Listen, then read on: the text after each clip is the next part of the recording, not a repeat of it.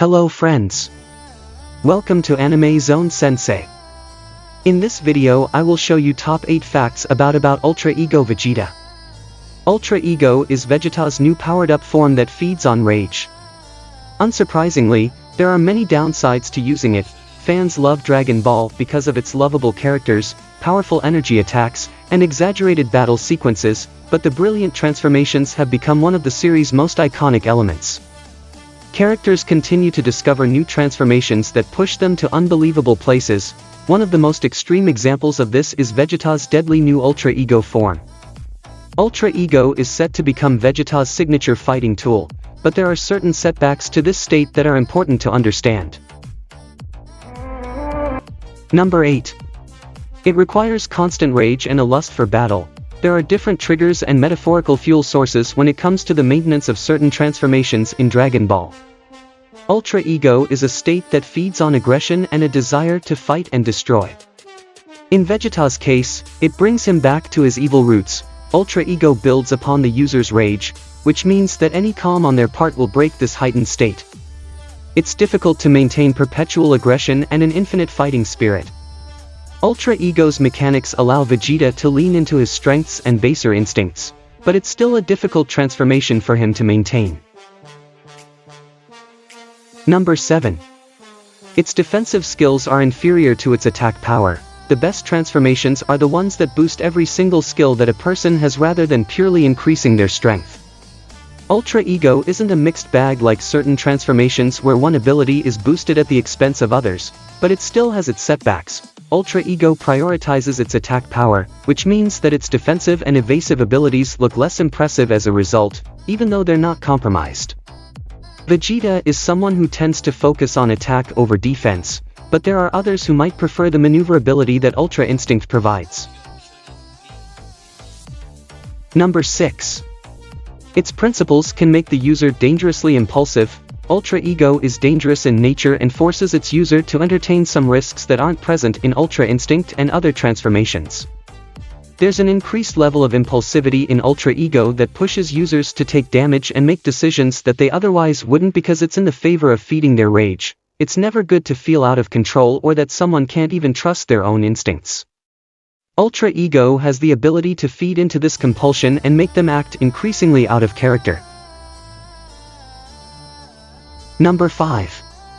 God of Destruction training might be a necessity. Vegeta first debuts Ultra Ego in the battle against Granola, the surviving cerealian, but this doesn't seem to be his first experience with this power based on how he talks about it.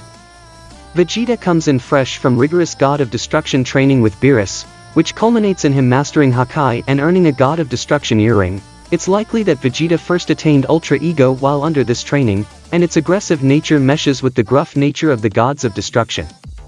It's possible that these training milestones are necessary steps to unlocking Ultra Ego. Number 4. It features a less than desirable physical change in the user. Dragon Ball contains a wide range of transformations among its characters.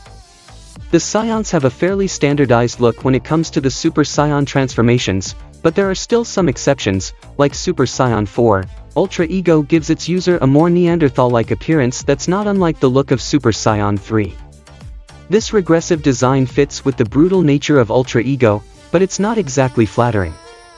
In contrast, Ultra Instinct is much more aesthetically pleasing and feels representative of the deities who have access to this power. Number 3. There's no cap to it, which can hurt the body. Vegeta's big Ultra Ego performance showcases that Ultra Ego doesn't appear to have any limits.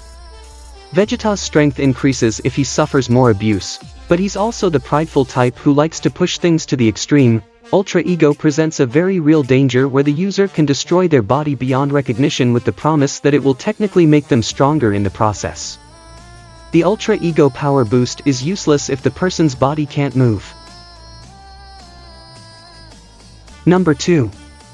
Its aggressive flaming aura can be a problem. Energy auras are a visually appealing trope that's popular in anime as a whole, not just Dragon Ball.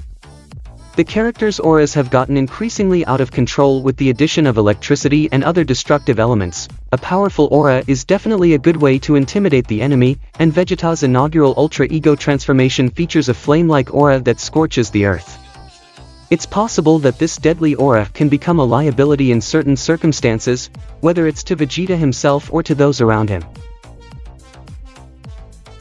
Number 1. There doesn't appear to be multiple stages for it. Dragon Ball has incorporated a surprising amount of nuance into some of its transformations, where there can be several stages within a single state.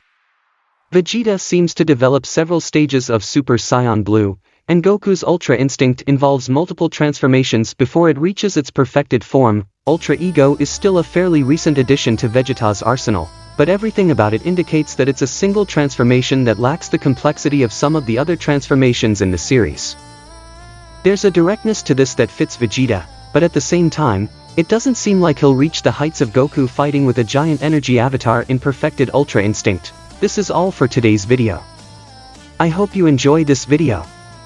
If you like this video, please subscribe my channel and press the bell icon. Thank you for watching.